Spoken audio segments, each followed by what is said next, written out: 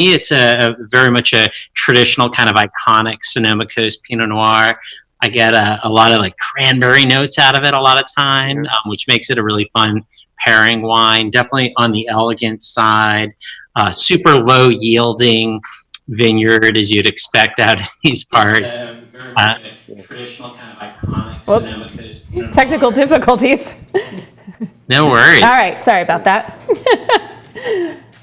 This is beautiful. Chris, what do you think about this?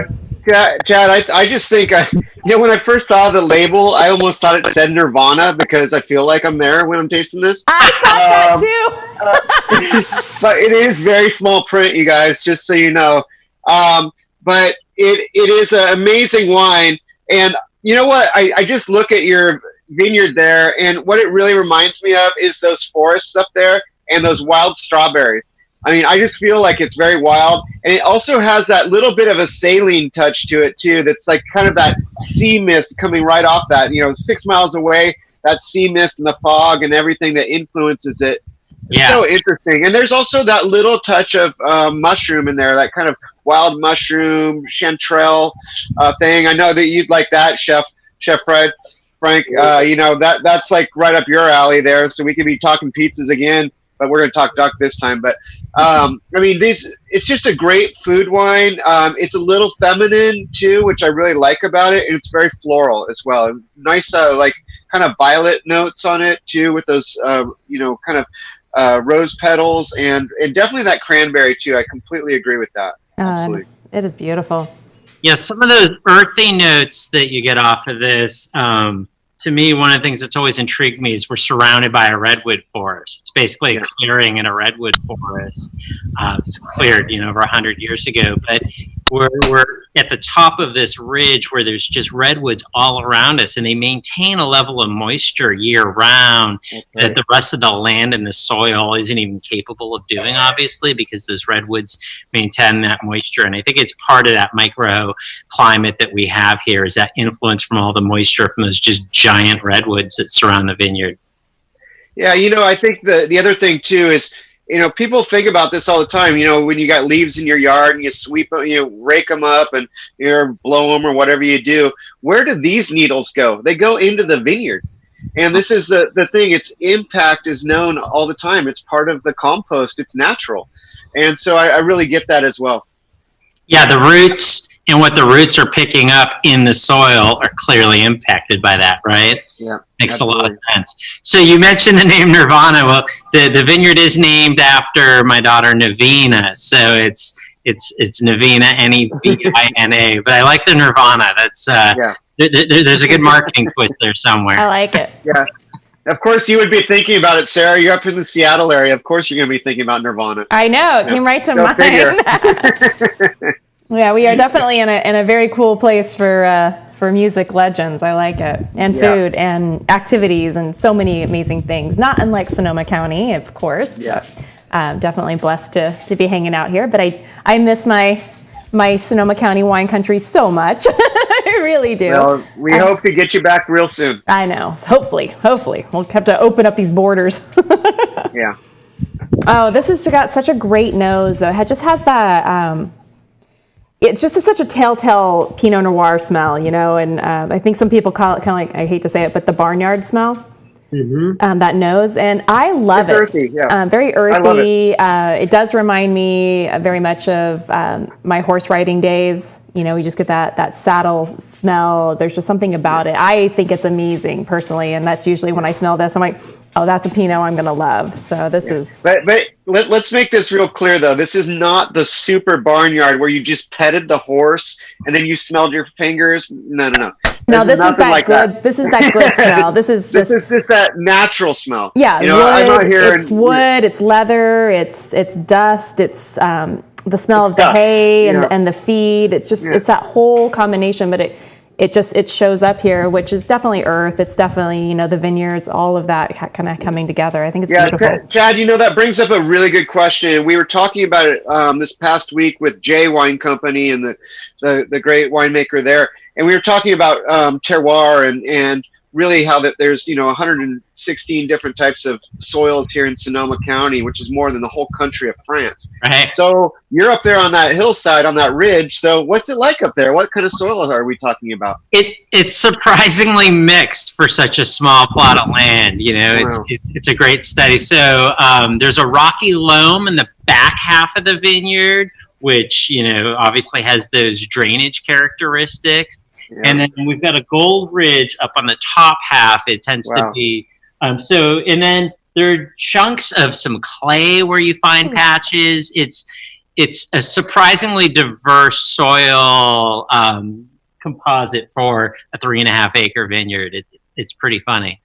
Wow, that's cool. I've always made an argument that Occidental, that kind of area needs to be its own appellation. I consider it its own appellation, and I always have, because there's some more kind of blue kind of fruit notes that you get out of that quite often. That's, I think, where I was getting the violets, and now that I'm tasting it a little bit more, that little touch of blueberry is in there too. Not uncommon for these things, and in my mind, it is an appellation, but it's part of the Sonoma Coast, as we consider it, and right on the border of Russian River Valley too. So it's so interesting how these little pieces of the puzzle are put together by Mother Nature in this case, and some of that was just shoved up from the bottom of the ocean millions of years ago. So it's very, very interesting. Yeah. I love Occidental for growing Pinot Noir. We have 3 different single vineyard designates from Occidental. We have one on Taylor Lane, which is the old Somm vineyard. Oh, nice. We have part of that wasn't sold that we now call Starbridge. We have on Fitzpatrick Lane, we have something called Joya Vineyard, and that's the other ridge here. And then we have Navina's here on Willow Creek Road and Ridge. And what's interesting is these 3 ridges are all about a mile and a half apart. They're the same distance from the ocean. They all produce amazing Pinot Noir. Ross Cobb's Coastlands Vineyard is out there, just some really epic Pinot country. But these 3 vineyards are very, very different, and that's a fun side-by-side tasting because they're so similar in so many ways, but there's a lot of nuances there. So I agree with you that Occidental should actually be an AVA. Yeah, and the other thing too, that just because people can't see it there, that is the coastal ridge that protects Sonoma County from the ocean. If it wasn't there, it would be more like Santa Maria Valley or something like that, where it's all lowlands going right into it. Right. But this is a really high hillside, and this is actually why the fog lingers out there. You can see it looks like a cappuccino foam on top of it when you look at it from like Santa Rosa, and you're looking at the mountains, and the hills are there, but you see this little foam right across the top, and that's what's holding it there. I'm down here in the Petaluma Gap, which is a different story because this is the gap, and it does come through here. So you guys are up there on the ridge, and the part that's even beyond you in the north, obviously with Hirsch and all of them up there, is the area where they call it the islands in the sky, because you can see each one individual vineyard from each place. So it's really unique, but not many people get out to these areas. I mean, they drink the wines from these areas, but they don't get to see it. And that's really something that's really special about this area. Yeah, it's a really interesting point, Chris, because we're up at 1,330 feet where we are right here. So we're slightly above the fog inversion layer. Yep. So when I say we see fog nearly every day, I literally mean we see it, but we're usually not in it, actually. Nice. It's kissing the outskirts of the vineyard, and it's right down there. It's bringing that cool temperature with it, but we actually don't suffer from as much moisture as if we were getting submerged in fog every single day, which is a blessing, obviously, when you have so little fruit to start with. Definitely. Yeah, and I think that the other thing, just to point out too for the viewers, is that when it's above the fog, so why isn't it getting burned?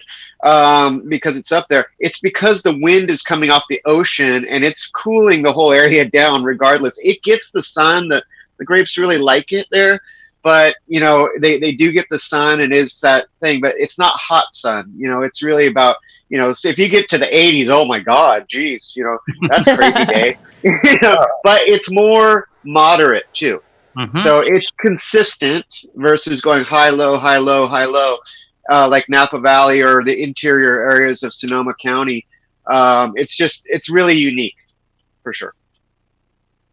Definitely. Yeah, and that high-low obviously is one of the things Pinot really loves is the warmer days and then the cooler nights. You get that diurnal split, as they call it, which really helps maintain the acidity while the grape gets ripe. And so your point's a really interesting one. Like photosynthesis is going on here most days. We get above that point, but we don't hit 100, right? We never really hit 100. No.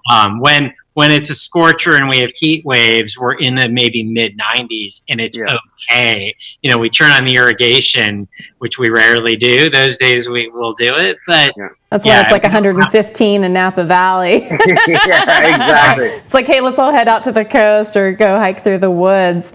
All right, Chef, what do you got going on? I see you're in a kitchen today. Where are you at? I'm in my kitchen today. I didn't have time to get back to my other kitchen, so I posted up, put my computer right here. Today, you know, first, I love the Sonoma Coastal Pinot Noirs. Amazing. What a wonderful view to get from both of you guys on the pine straw. Really extraordinary. I bet you guys get a lot of porcini mushroom under that pine straw, too, I would imagine. Oh, yeah. I never thought about that. A lot of foraging opportunity right here. Yeah. Sure. But today, look, you guys, right here. This is Liberty, right there. Liberty Farms duck. This duck is so good. When I opened the package, the duck breasts were absolutely vibrant. I've been buying duck. Most of the duck that I buy is from Maple Leaf Farms, which is good duck, but it doesn't even come close to comparing to what this is. So I wanted to do something that would really celebrate the duck, but would also celebrate the Pinot, and with a little bit of a twist. And so I did a barbecue sauce, which I'll share the recipe, using some of the Pinot and the barbecue sauce. Duck wants sweetness, okay? And so it's a Pinot Noir and honey barbecue sauce. And then just before we plate it up, we're going to Monte au beurre, mount butter is a French terminology to thicken a sauce. Okay. You put butter on the very end, but we're going to Monte au beurre with honey butter. Oh. So it's going to give us that little edge of sweetness and that beautiful honey on the palate with the Pinot Noir, and this is really a great one. So that being said, I've got some duck fat in the bag. And who brought you that duck today? This lovely lady right here, Jen Reichardt, who is Jen Reichardt. So, trust me, she went way out of her way to do it. So the duck legs I haven't opened yet, but I have a whole lot. I don't know if you guys can see this. Bring it down. There you go. Oh, wow. Wow. Just a little bit of duck. Just a little bit. A little bit, yeah. I'm going to actually turn this down. Maybe we can see this, kind of. A little bit, right? Yeah, barely. There you go. There you go. Yeah. I'm going to take, and I'm going to put all this duck in here. Okay. And then I'm going to salt this, and then I'm going to put just a little bit of. You can't see anything. Can't see me. We can see the handle. We see your hand. Handle. Okay, that's good. Let's go like this. So I got my duck. Yeah, and I almost lost my computer. I got my duck in there. It's going to go back there. These are the things you never thought you'd see on Food Network right here. That one is Winging it. And that's going to go in on a really slow oven. Okay. And I'm going to throw some garlic and rosemary in it. Ooh, nice rosemary. Really, really slow.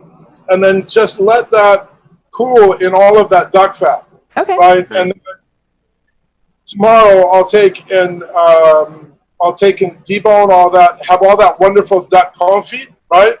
Yeah. And then with that, we'll do some duck tacos. Duck confit basically to me is duck carnitas. You know, I've been growing up working in French kitchens.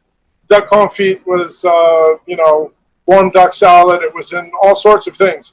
But to me, it really, really is wonderful as like duck taquitos. Oh, right? delicious. Oh, ho, ho, ho, ho. How fun. Jalapeno drizzle sizzle. Yeah. You know, a nice maple jalapeno reduction with just a touch of cream, and you've got a whole different flavor profile. You know, I'm starting to think the next time we all get quarantined, we should be able to pick the people we quarantine with, and chef's at the top of my list. We can hang out.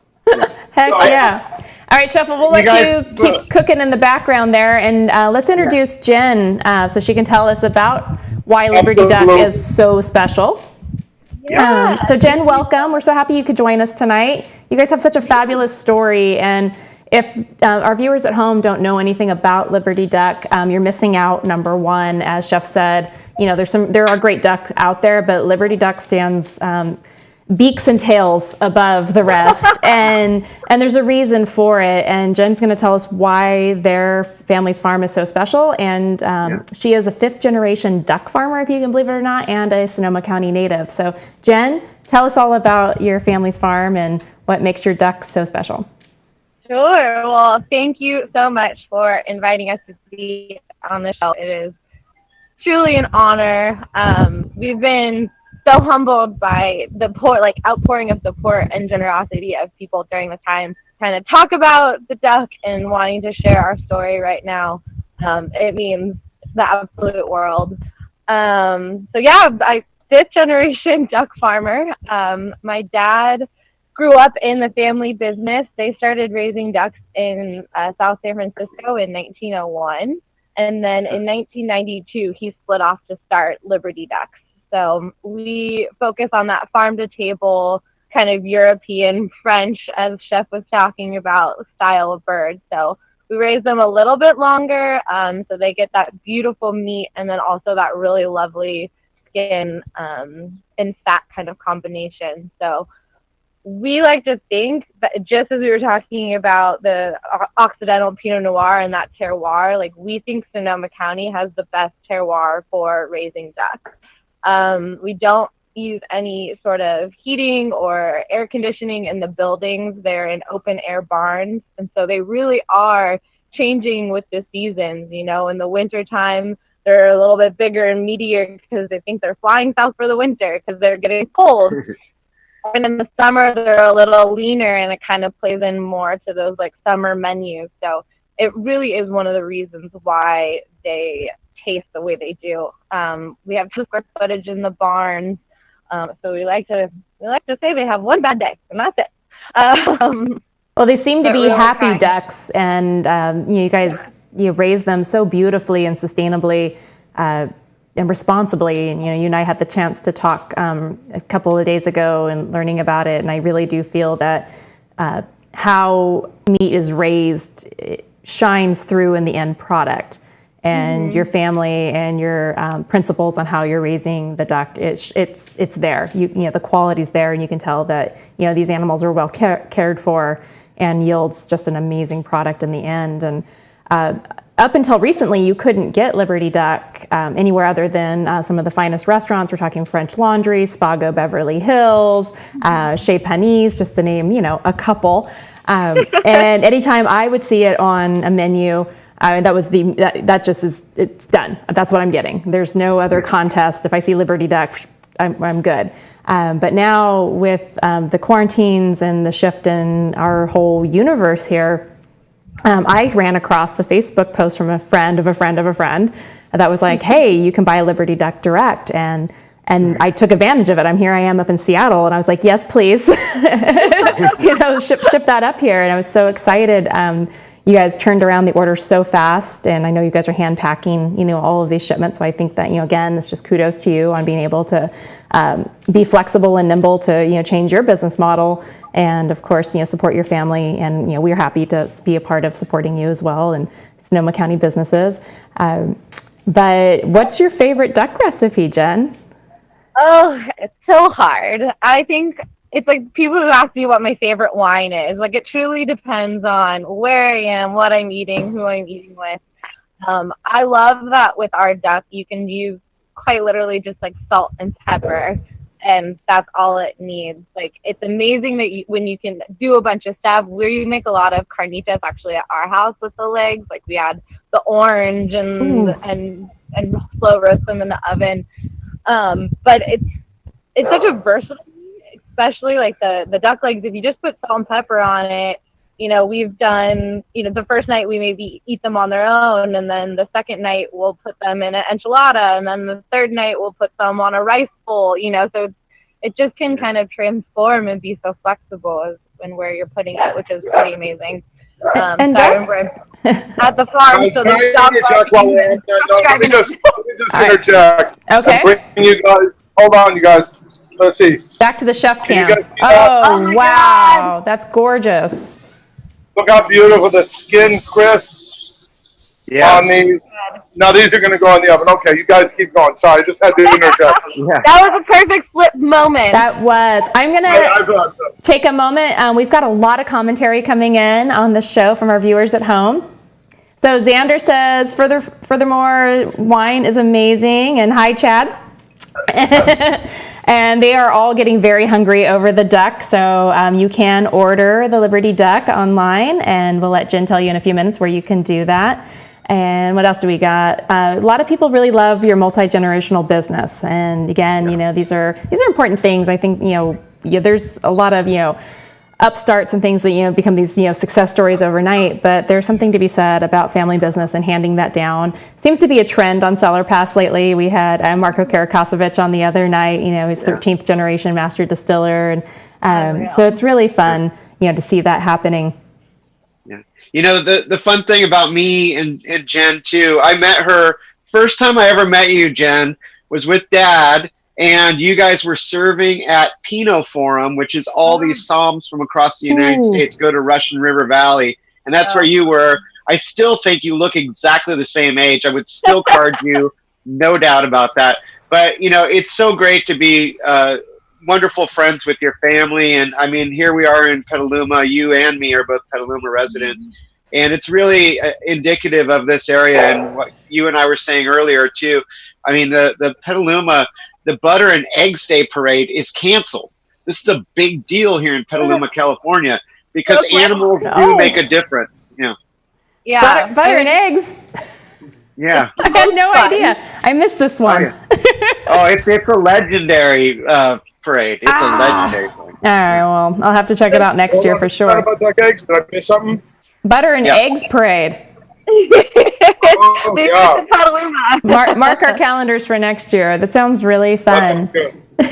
Duck eggs also make the best pastry, the best pâte à choux for eclair pastry. So there you go. We can talk about that later, though. Absolutely. Well, chefs browning up, you know, beautiful seared duck breasts. I made duck confit the other night using sous vide. So I sous vide the duck overnight, and we finished it off in the oven. But then we had these beautiful bags of rendered fat. So I saved that, of course, for, you know, future use, because duh. But what I did is I made some really amazing duck fat dog biscuits from some of that fat, which has actually, I'm getting like all these hand signals, gang signs coming from my director over here, so it's kind of hard. So we have these beautiful duck biscuits, and our golden retriever, who you've heard from a few times already tonight, has hands down said these are the best. I gave him one of his other favorite treats, which he promptly spit out after having these. So super simple to make, was really great. I kind of felt good about using the duck fat. So I'm like, wow, here's again, just another purpose. You know, you're bringing it, you know, full circle, even if you're feeding it to your dog. But he is in love with these, and now we take him on walks, and I keep a couple in my pocket, and he does not disappear. He actually comes when I call now, so magical. So Liberty Duck, very good for training retrievers. And here he comes. I call that duck fat liquid gold because it's just like you can use it in everything. It's so good. It is. It's really good, and I can't wait to, you know, do some other recipes with it. And with that, Chad, I think it's time for wine number 2. First of all, I think we're going to start serving your dog bones at the tasting room, right? You should. I'll put the recipe up on our blog. It was really easy. I was, you know, talking about it earlier. It was like 15 minutes of work and then 30 minutes in the oven, and it's done. And it's just you know what's in it. You know, it's all whole grains and, you know, goodness, and you kind of feel good about feeding it to your dog.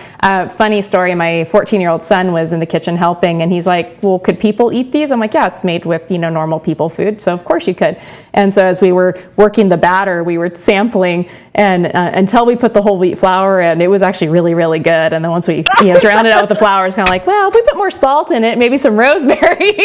So you could actually turn these into something quite delicious.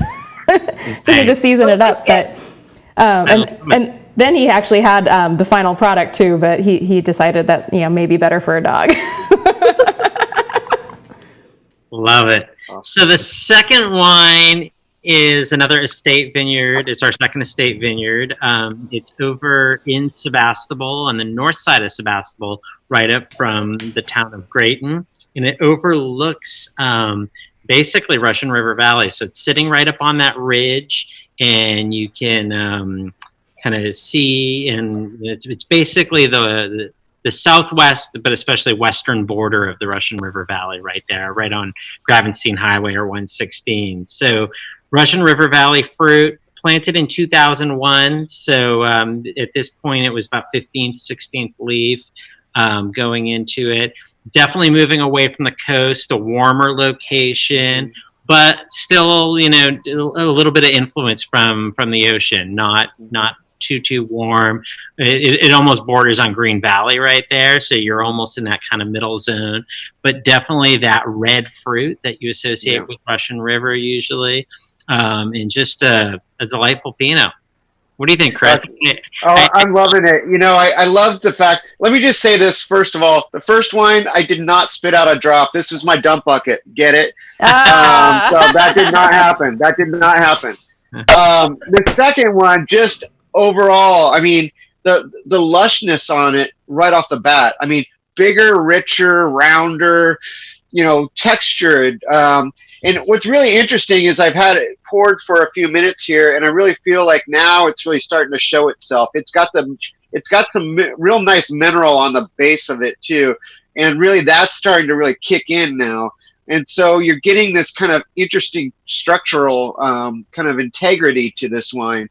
You know, it's not just the flavors. Now it's making you kind of like want to step back and just have a moment with it again, and because it's really opening up. But there's a lot of plum, a lot of cherry. Definitely getting the cherry on that one. I mean, but it's a black cherry, and there's a little teeny bit of bitterness on that finish, which I love so much because it's that structured kind of wine. And I think that's why when you and I talked, you know, a week or so ago, we talked about which wine would be the best with the duck.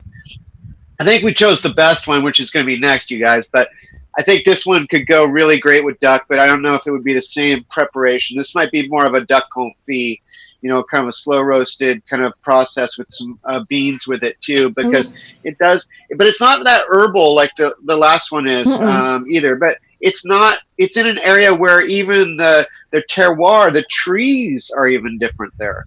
Oh, you know, absolutely. It's more inland, and it really is a little bit of a different area. This is not that far from, you know, really where our restaurant is, which is Gravenstein Grill. And of course we have Liberty Duck there, of course. Naturally. But, you know, it's also a great place where I could almost look up on the hillside on the ridge and see where this is.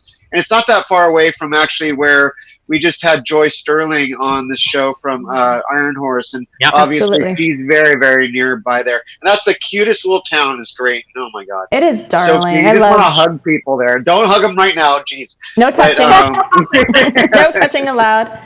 Oh my gosh, no, the it's audience fabulous. is going crazy right now. I know Crystal Caputo is saying, when are we going to do a Furthermore and Liberty Ducks food pairing led by Chris? So I think there's a Gravenstein Grill event coming up real soon. You got it. Heck yeah. You bring Jen and Jen in. I'd love that. Oh yeah. And Crystal says, Jenny, she misses you. Aww. And she absolutely loves the 2016 Grayton Ridge. She says it's bonkers. So this is delicious. I love the feedback. We are getting so much. So everybody at home who's watching, you know, we love your comments. You know, chime in on Facebook or YouTube. We're here to answer them. And of course, you know, want to know what your favorite recipes are. What are you drinking tonight? This is interactive, so let's have fun since we're all stuck at home together anyway. So delicious. Well, I think, we totally doing an event at Gravenstein Grill would be like the thing to do. And we'll do it. Yeah, as soon as we can have start a meeting. doing stuff. We actually have a meeting tomorrow, you guys. Me and my partners. So we're going to be doing some stuff. I'm going to talk to Erica Sussman tomorrow about, from his standpoint, about being a winemaker and how it's how this is treating him. So that's going to be interesting tomorrow. But we're going to be talking about a number of events. The minute this opens up, we're going to be ready to start firing away with a bunch of events to get people back and energized about what we've got in, especially in the Sebastopol, Petaluma Gap area there too, and how it really works together. And I think this is a great example of that. Chris, we could totally do even a virtual event from Gravenstein, and just to kind of get that party started. But we've got people, thousands of people are going to our event pages every day right now on CellarPass.com. They're looking for things to do. They're already booking for their late summer and fall. I think that's something to really get across, especially for our winemakers and our wineries out there. We've seen so many people pull all their events, and we understand that totally. But at the same time, they're not replacing them or pushing them out in many cases. And we're watching the consumers book in completely different regions than they usually do, because there's other regions getting ready to open up before Napa and Sonoma. So I think it's just a good reminder that your fans want to book with you. They want to come see you. And CellarPass is a great place to let them know, when you'll be open again, what events you're going to have. And of course, even we use it ourselves, crazy enough. But when we go, when we come back down to Napa and Sonoma, the first thing we do is look at what events are coming up, and we will actually adjust our schedules and travel to come down to be at some of those events. So always great things to find. But I think we're all ready to, spread our wings again and get out and start seeing people in whichever capacities we can. Yeah, I think that this downtime, the sip time, is actually a wonderful thing for people to really start tasting wines they've never tasted before too. I think Furthermore is a great example of that. Absolutely. And if people have never had Liberty Duck, this is your opportunity, you guys. Take advantage of it. You will never have better duck. You will never have this opportunity. They just can't produce more ducks than this. And once we get our hands on it, the chefs get their hands on it, it's gone. So speaking of chefs, how's it going over there? Good. So guys, look, I took some of that duck fat that we got off of the duck breasts when we seared those. You got that? And so made a nice little crostini with some of this Cypress Grove purple haze. Oh, yeah. One of my favorites. Right? You're killing me. That can't be horrible, right? So No. we're going to try some of that. Lavender, baby. So, Jen, I think you need to start a partnership with Peloton. For every case of duck you ship, you get a membership and a bike, too.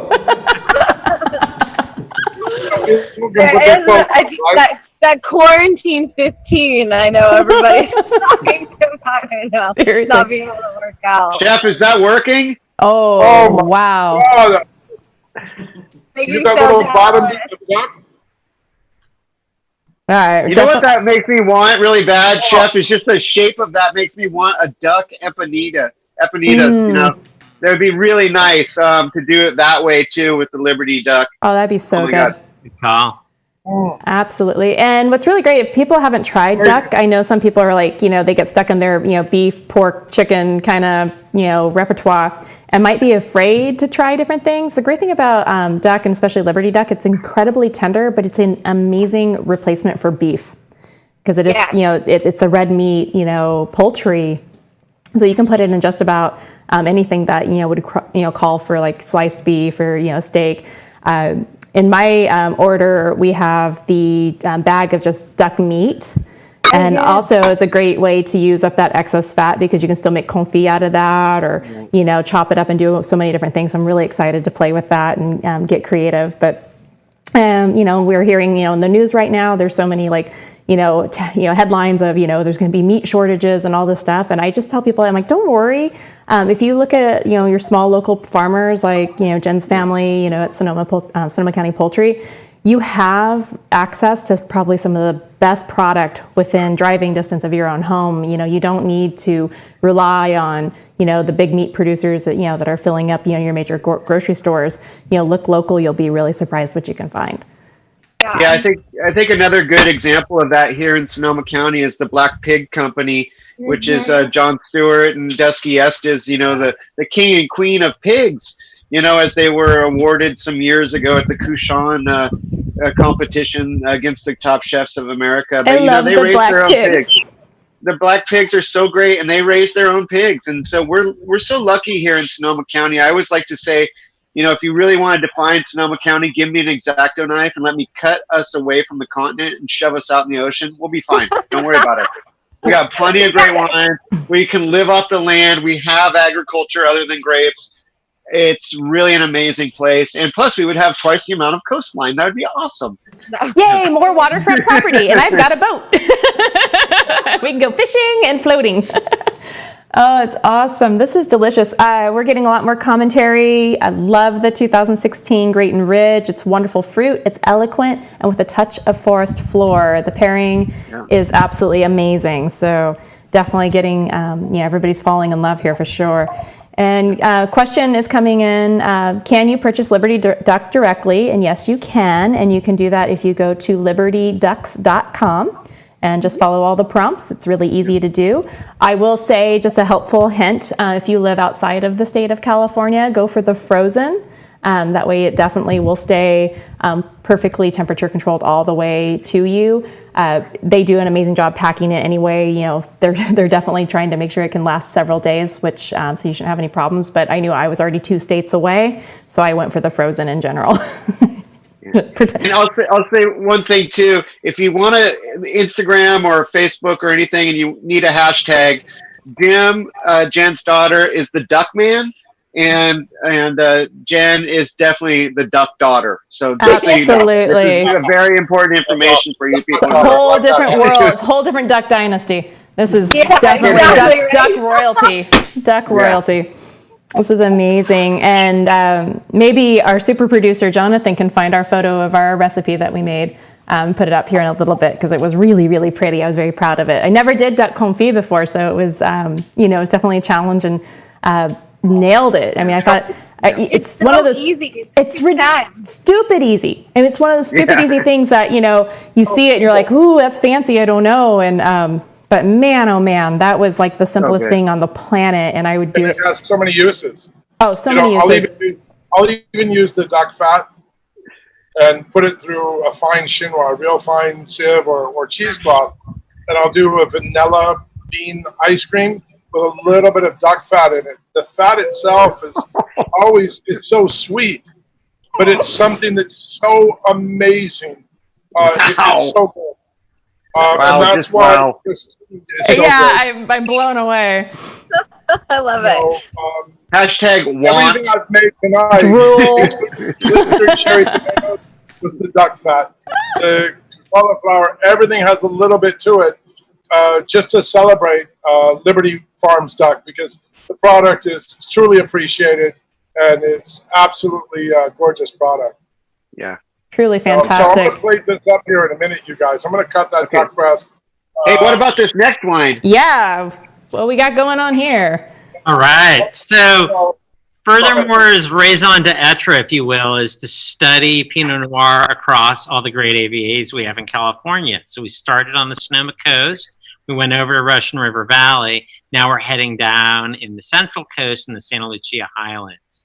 So we are in Monterey County. We're about 25 miles from the ocean, a vineyard called Rosella's Vineyard, and about 25 miles from Big Sur. So it's over in that area. And so Rosella's Vineyard is this really special vineyard. It's farmed by the Francione family, who's one of the families who's been farming Santa Lucia Highlands for a long time. They've been there for about 140 years, and they started planting grapes in the early 90s, and they have some amazing vineyards. We get their Sierra Mar vineyard as well as their Rosella's.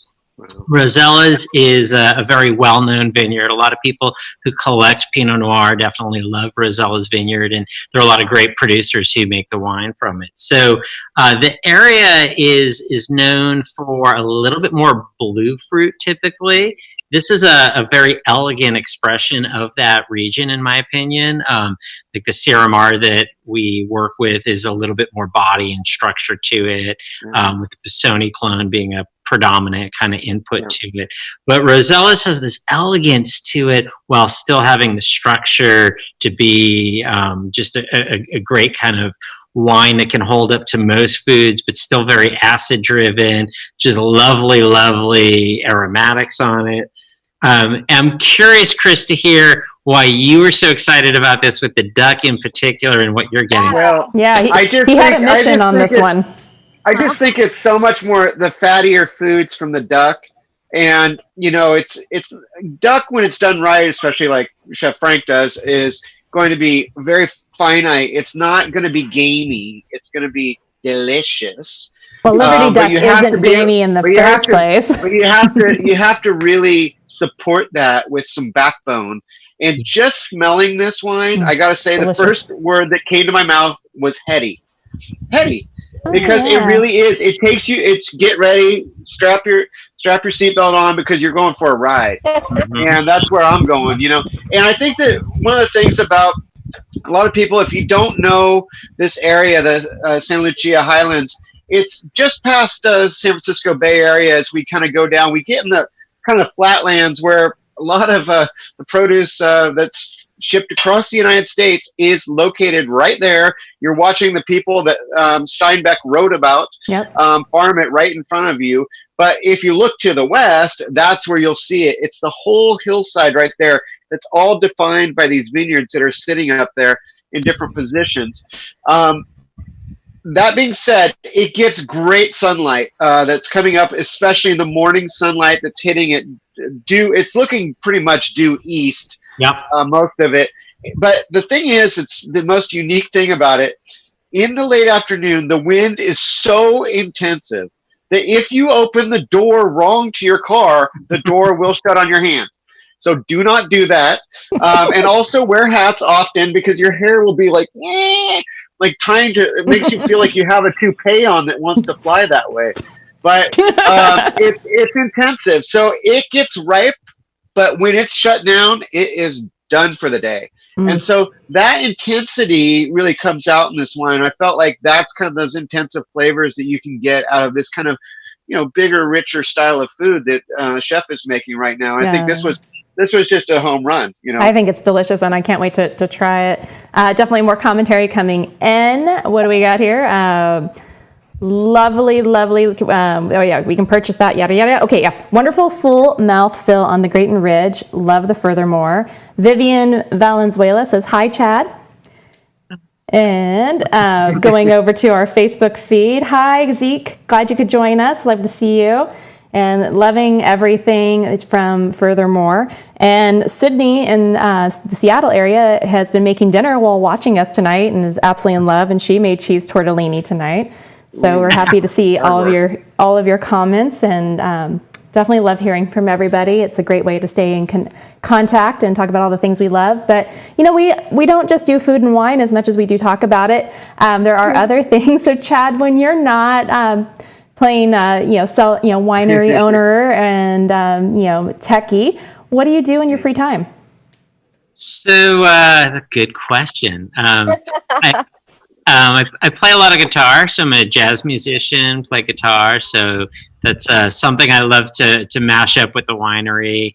I was very sad yesterday, I must admit, because we were supposed to have a gig at the winery. I've really been looking forward to the last couple months. It was the first moment when I'm like, this COVID thing, you know, I was okay until then, but it's a lot of fun because we've got a great environment for hanging out, playing bocce, picnicking, and we get the food trucks in. There might be duck tacos being served and flowing, and it tends to be this very multi-generational experience where we have a lot of kids running around and some older people and everyone in between, and we really like to nurture that environment there. So that's one of my biggest hobbies. Another one which I've had to slow down on recently is there's a lot of great mountain biking around here. And about a month ago, I wiped out and just shattered my shoulder, unfortunately. So Oh. I had to pop into the hospital for a few days and have reconstructive surgery right while things were starting to heat up. So it was a little scary for a while. I didn't want to pick anything up, but I've been recovering well. So I was actually just swirling with my right hand, and I'm like, I don't think I've swirled with my right hand. And gotta figure that out. You're like, how do I do this? That's how I know I'm coming back. If I can swirl, you can do this. Yeah, it's training. That's like physical therapy. Actually, that would be occupational therapy for you, wouldn't it? I got to be able to do this. Furthermore Winery or Furthermore Wines, their tasting room is really a place you want to hang out at. You know, it's a place to linger and hang out for the whole day. It's not, you know, one of those tasting rooms that you just want to like pop in and pop out. You know, it's, you know, bring a picnic, buy a bottle of wine, bring the kids. It's family friendly. And just enjoy the afternoon. And it's such a beautiful setting. I highly recommend it. Make a day of it.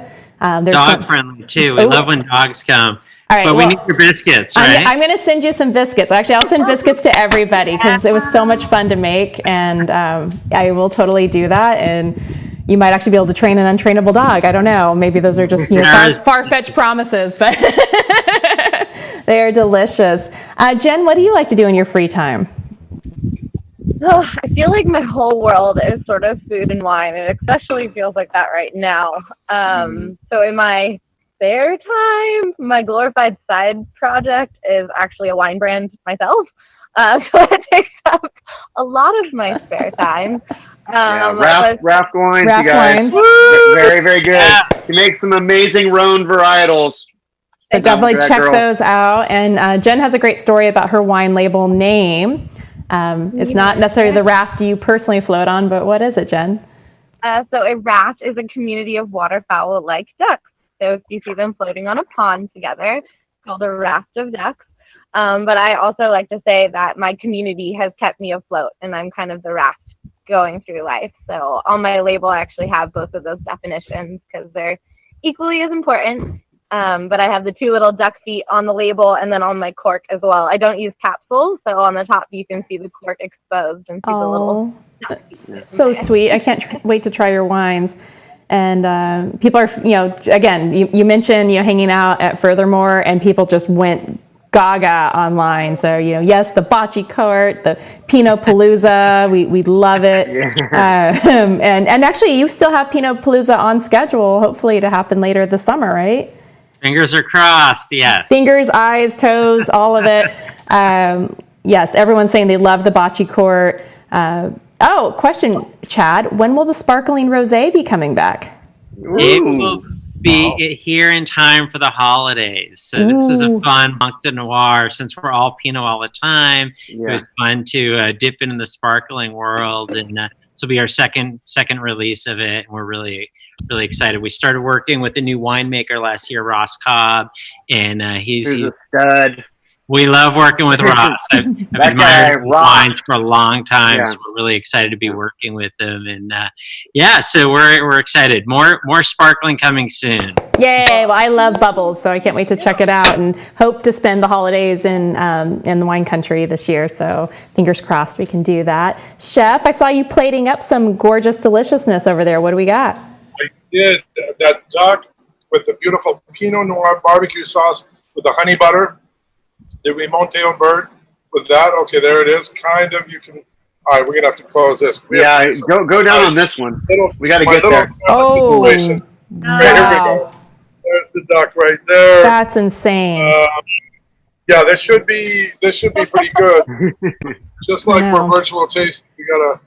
You know, Star Trek really foretold the future of so many things in technology, you know, cell phones and whatnot. Why don't we have the, you know, beaming technology yet? Like, I just want to grab that and just have it right here. I want it. Yeah. Definitely need that. Oh my gosh. So good. Yeah, gosh, yeah. It's delicious. And once again, I think that, you know, what's really exciting to me about this wine is how much it's developed inside the glass once again. I mean, these are world-class wines. It has a lot more structure than the other ones. There's no doubt about that. It's got lots of backbone. exactly what you're saying, Chad, too, is those blue fruits really are coming out. There's actually a boysenberry note in here. Yeah. There's almost a huckleberry note. And there's almost a cassis in there, too, which is something that you mainly associate with Cabernet Sauvignon. But this hillside that we're talking about, the Santa Lucia Highlands, especially this vineyard, the Rosella's vineyard. If you guys know Patson Hall and, of course, the great Adam Lee from Siduri, and I mean, who kind of put Rosella's on the map? It's like which batch you get. So I'm going to ask you this, Chad. What's the clones in here? Is it the Pizzoni clone, or what's going on? Yeah, we've got 828, a little bit of Pisoni, and 667. Okay, so the two of those, the ones with the 3 digits, you guys, are always Dijon clones. Okay. And 828 and is a newer one. 667 was about the middle range there. And then the Pizzoni clone is said to be Latoche, but we cannot prove that because it came in someone's backpack or duffel bag at one point when you used to be able to bring pieces of branches of trees and flowers and plants in your bags in the airport. It was amazing. No one minded these things. Their name might have been Pisoni. Yeah. Definitely have questions. He'll bring anything in his pocket, too. Yeah, you can definitely do that. He's an amazing guy. Some of our viewers are asking questions that you answered some of them about the clones. Others are asking, what does blue fruit mean? Blue fruit. Okay, blue fruit is really the blue fruit that we talk about. Blueberry, boysenberry. Cassis can be considered that, too. It's not blackberries. Blackberries are black. They're blackberries and they're berries, but a blueberry is very distinctively different. It has a little bit more of a floral kind of note to it too, a little bit more elegance. And you find some of my favorite Cabernets are, especially like Heidi Barrett, who makes it, always has a little bit of Cabernet Franc in it, and that's always kind of has those traces of blue fruits in there. So when you get into that, it's really interesting. But we do have a category that we call blue fruits, just like red fruits would be cranberries and strawberries and raspberries, and black fruits. There's also tree fruits, which are more plums and cherries and things like that. So Got it. Really interesting. Thank good you question. so much. Very good question. Yeah, great questions out there. Jenny says this definitely beats her PB&J. And I would agree. And Kate is saying, furthermore, your Pinot Noirs have become my absolute favorites. Rosella's is at the top of my list. It literally flies out of my cellar. Well, Kate, definitely reorder. Keep yourself stocked up. It's good. And you need to keep an eye out for the events that are coming up. And, so many great things happening. I know we are coming up to the end of our hour. I can't believe how fast it's gone. A lot of questions, actually a lot of requests for those dog biscuits, so I might have a side business coming up very soon, and I'll have to work with Jen on sourcing duck fat. I think it could work. Heck yeah, definitely. I'll bake a bunch when I come down there. I'll be like, assembly line. This is fantastic. I'm just so excited by all the feedback tonight. Actually, we have a lot of winemakers and a lot of chefs joining us tonight, which I thought was really cool. So thank you everybody so much for chiming in tonight. We really love your support and love hearing from you. CellarPass TV airs on Mondays and Thursdays for the foreseeable future. So until we can get back to booking reservations and selling tickets to wonderful events, this is what we get. And what we got coming up. So check my notes because, that's how I roll. So on April 30th, this Thursday, we have a delicious and decadent episode with Louis Martini Wines, and it's going to be Cabernet all the way with their executive chef, Jeffrey Russell. So definitely check us again at 6 p.m. on Thursday for that one. I know, we should. Actually, want me to send you his address and drop off some duck? We're just start this whole duck revolution all over wine country. Move over, cow. It's duck time. I love it. Well, you guys are so much fun. I totally enjoy talking to you. It makes me feel like I'm, back home in wine country again, and I miss all my friends. So this is a great way to stay in touch. Everybody at home, thank you so much for joining us. We're going to sign off. We wish you a fabulous week, and we'll check you on Thursday. And participants, stay online. We will wrap up in just a minute offline. Good night, everybody at home. We'll see you on Thursday. Thanks, everyone. Thanks, everyone. Thanks.